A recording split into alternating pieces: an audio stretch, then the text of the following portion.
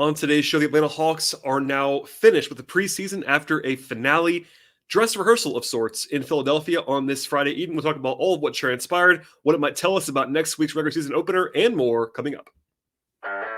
You are Locked On Hawks, your daily Atlanta Hawks podcast. Part of the Locked On Podcast Network. Your team every day.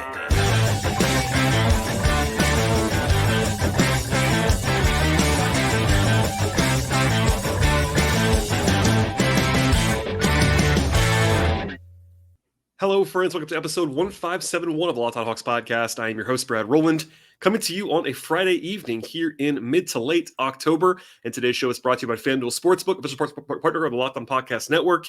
Right now, if you're a new customer, bet $5, get $200 back in bonus bets guaranteed. Visit FanDuel.com/LockedOn to get started. Also, I want to encourage you at the top of the podcast, if you're a new listener or a recurring listener, to make us your first listen each and every day. Check us out anywhere you get your podcasts, places like Apple and Spotify, as well as Google Podcasts, Overcast, and we are also on YouTube on the video side. And today's show will focus on what became basically a dress rehearsal for about 3 quarters for the Hawks up in Philadelphia.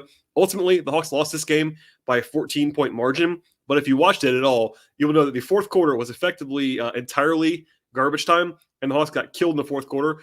In the competitive portion, when the Hawks were actually trying, they won the game by about 4 points in the first 3 quarters. So we'll call it even on some level, but big picture, of course, preseason results don't matter a ton. Lots of positive stuff that I saw from the Hawks in this game, some questionable stuff as well, but more than enough information basically to kind of glean what was transpiring for this Hawks team. And we'll look ahead now basically to Wednesday and what is going to be the official opener when the bright lights come on in Charlotte for the opener on Wednesday against the Hornets, and then the Hawks come back at home on Friday to face the Knicks in the home opener back in Atlanta.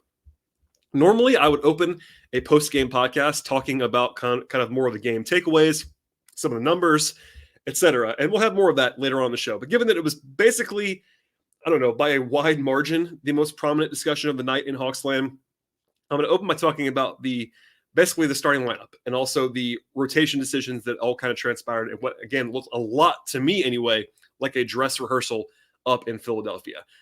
Given that it was the same situation earlier this week in Indiana, but there was no one from the Atlanta media up in Philadelphia tonight. So no sort of pregame reveal from Snyder or postgame analysis that I at least was able to hear before recording this podcast about who played and who didn't, et cetera. About a half hour before tip-off, it was announced that the Hawks would be starting Trae Young, DeJounte Murray, no surprise there, DeAndre Hunter, Saddiq Bey, and Clint Capella. First off, for me, and for anyone paying attention closely, I wouldn't say this is really a surprise at all. Now, I know some viewed it as a surprise, or maybe more accurately, people didn't agree with it, and that's definitely not the same thing. There's surprise, and then there's like opinion, et cetera. We'll come back to that too. But if you listen to this podcast before, you will know this is the lineup that I've been predicting as the most likely, not the definite lineup by any means, but the most likely 5-man unit to open the season for the Hawks, really all summer long. I understand that a lot of folks wanted other combinations, and I totally get that, but I got to lead with the fact that this is not surprising or shocking or anything close to that to have this lineup be the one that took the floor in the dress rehearsal on Friday. Importantly, before I move on to any more context here, Quinn Snyder did not commit to this lineup anywhere that I have seen at this point when it comes to the actual opener on Wednesday. I think it is reasonable to think this is the most likely lineup that they will use because this is the last game. What the first 3 quarters, if you watch this game, was very regular season-like and how they approached it. But he did say with a smile earlier this week to Lauren Williams of the AJC that there was a chance that they would use their lineup that mattered in this game. But he definitely did not say in that interview, which I have now listened to twice, anything unequivocal about the lineup or that, whatever start's going to be on Friday is going to be the lineup, etc. I saw some fans saying that Snyder already said for sure this is going to be the definitive group. That did not happen, at least that I have seen anywhere. So keep that in mind. I do think, again, if I had to guess, I think my position would be stronger than it's ever been that this is going to be the lineup that we see on Wednesday, but nothing is official or guaranteed at this point in time. I want to stress that. Okay, from there. Obviously, Trae Young, DeJounte Murray are absolute locks. We all agree on that. Depending on who it is, though, I got lots of questions or prognostications or statements or replies, et cetera, from fans about each of the other 3 spots along the way. I have to start at power forward because that's really the only spot that I believe was really legitimately up for grabs entering the preseason. So you have Jalen Johnson and you have Saddiq Bey. Jalen Johnson obviously has a lot of strengths. He's a really exciting prospect. I've always been a very big fan of what he can do. On his positive side, he's the better defender between he and Bey. He's a clearly higher upside player. He is younger, has better tools, etc. Better rebounder, better passer than Saddiq Bey. On the other side, Saddiq Bey has strengths as well. Like, it's not like Jalen dominates the entire thing. It is what it is. Saddiq is a much, much better shooter. And that's really his most prominent edge by far against Jalen, but that's one that gets magnified a lot in the context of the Hawks and their roster and all that stuff. Also, he is generally probably seen as a little bit safer. He's a much more experienced player. He's older, etc. And that could be take it or leave it, but it's there. And again, for a team when needs spacing alongside Trey and DeJounte, that extra shooting can be really valuable. So it's important to note that it's not a vacuum. Like, I think that Jalen Johnson is a much more talented player than Saddiq Bey. I think Jalen Johnson might be just better than Saddiq Bey right now.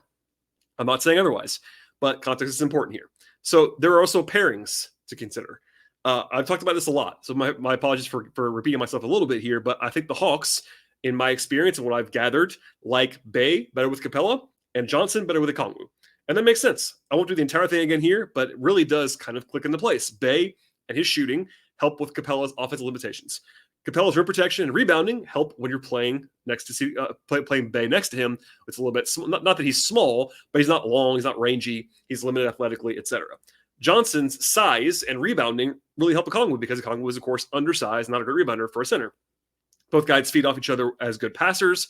Also, it does make sense to me to have Jalen Johnson play a little bit more with both. I would say neither. How do I say this? Johnson to play more with either Trey or DeJounte, but not both, just because they kind of need Jalen's ball handling more if you're not playing Trey and DeJounte at the same time, which means maybe more on a bench role at times. I can do this all day long. I think there are definitely legitimate lineup considerations on all sides of this decision. My overarching take to kind of get to this. If they start Bey, I'm okay with it. If they start Johnson, I would have been fine with that as well. Like, it's not like one that I had a huge hot take on. I can see both sides. I do think that it was more likely to be Bey, which I've said numerous times, mostly because of the context, which we'll come back to in a second. I believe basically that it was a virtual lock that if Hunter and Capella were healthy, they were going to start at the 3 and the 5, which means Bey is a better fit in the minds of some, and honestly, just kind of the way that logistically what the Hawks are looking for. It will not surprise me in the least if Jalen Johnson just forces himself into the lineup more often, and eventually starts. He looks great in the offseason. In the preseason, he has more upside. He's more talented. And look, I'm not going to be critical of that whatsoever. I think he is a monster in the making. Now, moving on from there. I've talked about Capella and Okongwu so many times. I'm not going to do it again here on the show. I even talked about with Tyler Jones earlier this week. By the way, that was a fun conversation, 2 parts, myself and Tyler, that dropped on Wednesday. Worth listening to there. But the short version is that Capella is just too good to not start, basically, in my opinion. He's a top 15-ish center in the league. He's established as a veteran leader. He has a great communication style, great anchor defensively. He's making starter money, all those things. If they wanted to have Okongwu start on opening night, they needed to trade Capella.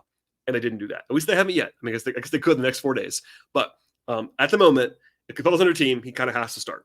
And that's not anything negative about Okongwu, who, by the way, I love. I love that draft pick. I praise that draft pick when people were a little bit more mixed on it, let's just say, because they already had Capella coming in. He was a center, etc. I think Okongwu is going to be very good for a long time. He's already good. He's 22 years old. It's not his fault that they had Capella on the team. But realistically, Capella, as a starter, felt like basically a lock to me from all that I've ever heard about the situation, if he was on the team. The other one, and I'd say the most confusing one in some respects, is that people seem to be surprised about DeAndre Hunter starting at small forward in this game. And again, nothing is official for Wednesday. Keep that in mind. But I was surprised about how many people convinced themselves basically that Hunter wouldn't start at the 3. And this is different than having an opinion that he shouldn't start, which I understand. I really do. I get it. But with Hunter, there is just simply no evidence anywhere that he's ever been in any danger of not starting, unless he's hurt, of course. He started 200 of 206 games in his career, including every game that he played in last year, with Snyder and without Snyder, but with Snyder, crucially. Last year, he was number 2 on the team in minutes in the playoff series against Boston, behind only Trey. And Quinn coached that team. This is also, I think this is very good context here. This is importantly his first year of a 4-year, starter level money extension that he just signed last summer, which I didn't love. And I said this on the podcast. I still don't love it right now, but he signed it. He's making starter money. I keep going, but I'll stop now. I say this as someone who's been pretty critical of Hunter at times and how he has not been a game changer or what they wanted him to be coming out in the draft and training up for him and all that stuff. But it would have blown me away, and it will blow me away still if Hunter doesn't start on opening night unless he's hurt. Could that change later? I do think that it's possible that it could, yes. I think that has always been more possible than him not starting this season as a starter, because I think he's going to have to kind of actively lose his job in game situations. Like, yeah, if he doesn't play well at all, and that might be a more organizational pivot away from him. And yeah, there's definitely a chance in my mind that Bey and Johnson are their best forwards. That's not going to like stun me, but Hunter is their best defender of that group, at least the most established. I know Jalen has probably has higher upside, but Hunter's looked pretty decent to me in the first 2 preseason games he's played as well, if that matters at all. And yeah, I am not surprised. Let's just say that Hunter is the projected starter at small forward. Last thing here on this segment, and we'll get to the game itself. At least I guess this is kind of about the game itself, but it was basically what amounted to a regular season rotation in the final preseason game for the Hawks. They played 9 guys in the whole first half.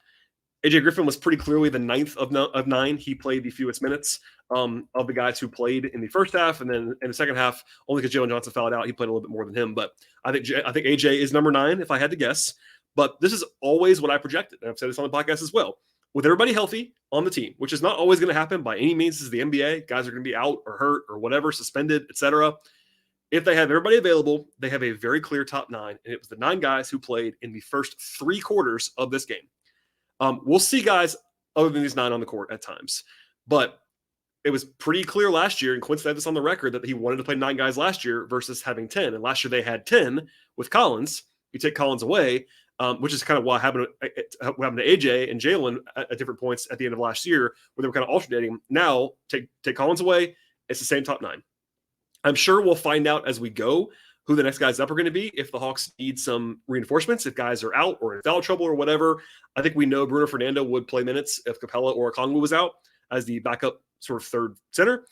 I have a suspicion Wes Matthews would probably be the next forward or wing to get a call, but I'm not 100% sure on that one just yet. The bigger uncertainty for me continues to be at guard, where I'm not entirely sure if they would try Buffkin first or Patty Mills first or even Trent Forrest first, but we'll see as it goes along. Regardless, though, I think one of the takeaways of the night tonight was that we saw what Quinn, I think, is going to plan to do on Wednesday in the first 3 quarters, and that is play a 9-man rotation. It's pretty clearly their best 9 players. When you had Trey and DJ both out there, you don't really have to have a third point guard, and it's going to be this group in some respects. And for me, going back to starting lineup thing before we move on, I care personally a lot less about starting lineups than I do about who plays more minutes and who plays at the end of close games. This game, we didn't get a chance to see the closing lineups in this game, but I know players do care about starting lineups. I understand that. Fans do as well. But for me, it's all about like rotations and pairings and making yourself the best they can be. And for me, I think starting lineups are a little bit overrated, but alas, that was easily the number 1 conversation in Hawks land tonight. So I wanted to open up with that. And in a second, we'll talk about more about the actual game and how it transpired on this Friday night. But first, a word from our sponsors on today's show. Today's show is brought to you by FanDuel Sportsbook. Snap into the action this NFL or NBA season with FanDuel, America's #1 sportsbook. And right now, if you're a new customer, you can bet $5, you get $200 back in bonus bets, guaranteed. Beyond the awesome perks of signing up for FanDuel, they have all of the stuff you're looking for in the sports betting space: point spreads, over-unders, money lines, player props, future bets, and much more. The FanDuel app is safe and secure, and they cover the entire range of sports as well. That includes the NBA, of course, the NFL, college football, MLB, college basketball, golf, tennis, soccer, auto racing, and many more. They have all kinds of Hawks bets as well available to you, including the over-under is still out there until Wednesday. They have the Southeast Division futures, player prop stuff, and more. Plus, each and every game has a line, over-under, total, etc. at FanDuel. And now is the best possible time to join the folks at FanDuel. It's FanDuel.com/LockedOn. Check out the official sports partner of the Locked On Podcast Network with an offer that you will absolutely not want to miss. That is FanDuel.com/LockedOn. FanDuel, official partner of the NFL. All right, and to the game itself, the Hawks did lose this one by a 14-point margin, as discussed earlier, but we'll kind of go through what I saw observationally in this one. Early on, it was, of course, Saddiq Bey starting, as we talked about earlier. First bucket of the game was a perfect pass by Trae Young to Saddiq for a 3. They ran some stuff through Saddiq as the sort of an on-ball player early on. Pretty interesting to see that. DeAndre Hunter had a mismatch early on against Tyrese Maxey and scored over him in the mid-range. That's a shot you don't mind. I know I don't love mid-rangers in general with DeAndre, but it was a clear advantage where he's 6 inches taller than Tyrese Maxey. A pretty easy like point and shoot kind of shot.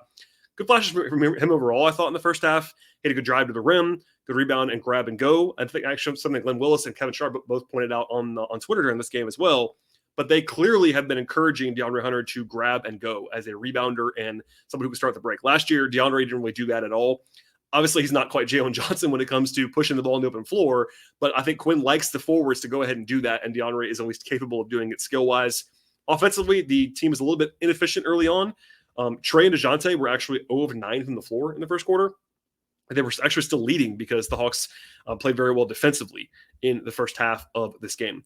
After that, though, second quarter, they started the quarter with a 14-1 run behind a Trae Young plus the bench unit. They actually did that in both halves. So it was Trae anchoring that full bench unit that you might see sometimes. I'm not sure that we'll definitely see that, but certainly that's a pretty good indicator that we might see that on Wednesday, kind of having Trae along with the entire bench with, Bogey and AJ and Jalen and Onyeka.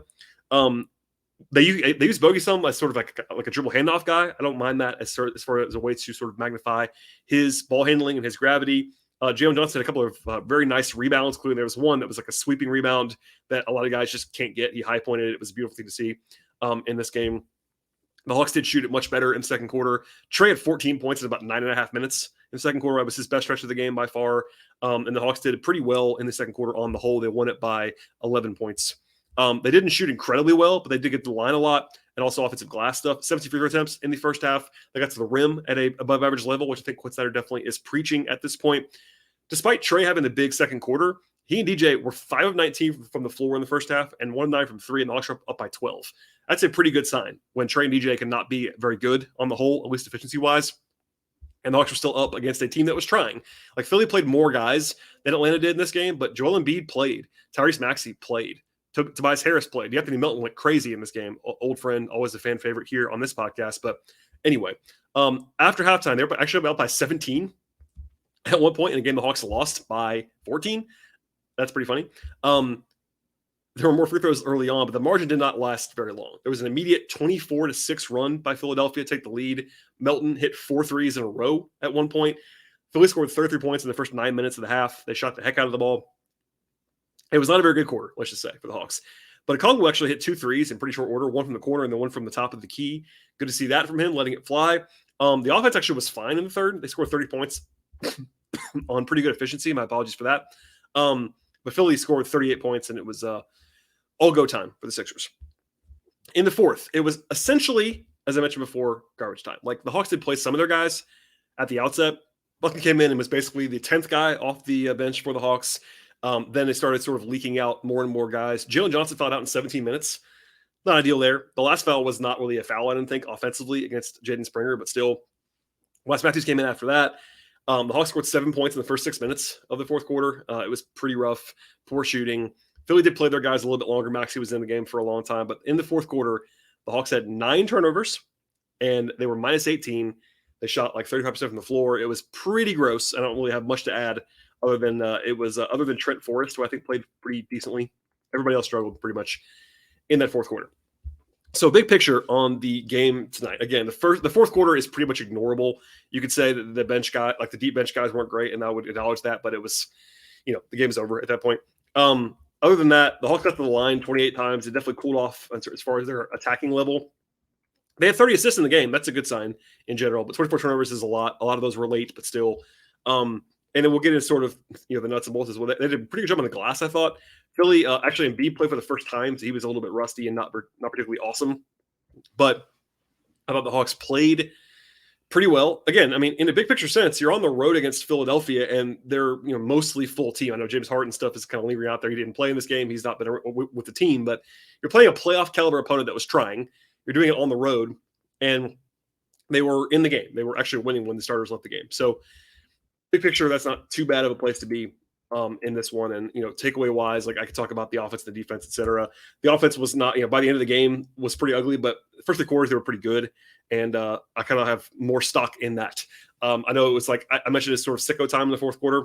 And if you watch the end of this game, you are a diehard, which I definitely appreciate, including myself. I watched it all, but the game portion that actually mattered for this season probably was relatively encouraging in my mind. Okay, we'll have more on this game in a second in terms of the player stuff. Also, some audio from Quinn Snyder talking about Kobe Buffkin later on in the podcast. But first, a word from our sponsors on today's show. Today's show is brought to you by Jase Medical. There's a lot of uncertainty in the world today. It's important to be prepared. And that's why Jase Medical offers the Jase Case. The Jase Case is a personalized emergency medication kit that contains 5 essential antibiotics to treat the most common and deadly bacterial infections. You can also customize your case and add additional life-saving medications based on your unique needs. Jase Medical offers different choices for your Jase Case as well, with dozens of add-on medications available. Choose the medication that fit best for your family and your unique needs each and every time. Jase Medical also is continually working to expand their medication offerings with new additions all the time. And with Jase Medical, you can also buy a gift card for your family or loved ones so they can actually get a Jase Case of their own. You will not be caught unprepared with Jase Medical, which is something I know is very valuable in every aspect of life. JaseMedical.com is the place to go, and enter the promo code LOCKEDON when you get there at checkout for a $20 discount on your order. That's promo code LOCKEDON at Jase Medical. That's JASE Medical.com. JaseMedical.com, promo code LOCKEDON. All right, to the player stuff here at the end of the podcast, and a lot of positivity in relative terms. Again, the guys who like the sort of deep bench guys, nobody played particularly well. Trent Forrest had 4 points and 2 assists in 8 minutes. But Mo Gay, Wes Matthews, Garrison Matthews, Seth Lundy, all those guys combined to, I believe, shoot like 0 for 7 from the floor with 5 turnovers, 6 turnovers, or something like that. It was pretty rough. Bruno Fernando had 3 points and 2 rebounds in 4 minutes, whatever. Guys who played more, obviously. Buffkin played 12 minutes. Didn't play particularly well, I didn't think. I'll talk about him more in a second. AJ Griffin had 19 minutes, 5 points on 5 shots. It was a little bit tentative for me. He's not playing with a ton of like physicality right now. I know he's still a young player. Somebody asked me tonight if I was worried about AJ. I'm not worried about AJ, but I think there certainly are some, not necessarily red flags, but like he's not asserting himself. He's not playing with a ton of like juice is the way I would put that at this point. Maybe just needs to get sort of settled in, and when the lights come on, he'll be better. But right now, he's like kind of just floating around out there, not in a terrible way, but not playing a terribly impressive brand of basketball at this moment for a young player. Guys who played more than that, Jalen played actually less than AJ because he had 6 fouls in 17 minutes. He fouled out in a hurry in this game, but he was not bad by any means. He was actually pretty good at times. 9 points, 2 steals, and had a block and 4 rebounds in 17 minutes. 4 of 8 from the floor, a couple of really highlight plays. He wasn't perfect. Obviously, the foul is going to have to be under control there, but I thought he played pretty well. Bogey played 20 minutes, 9 points, 3 assists, 4 rebounds, and a steal. Took 4 threes, made 3 of them. He was at least hunting a shot.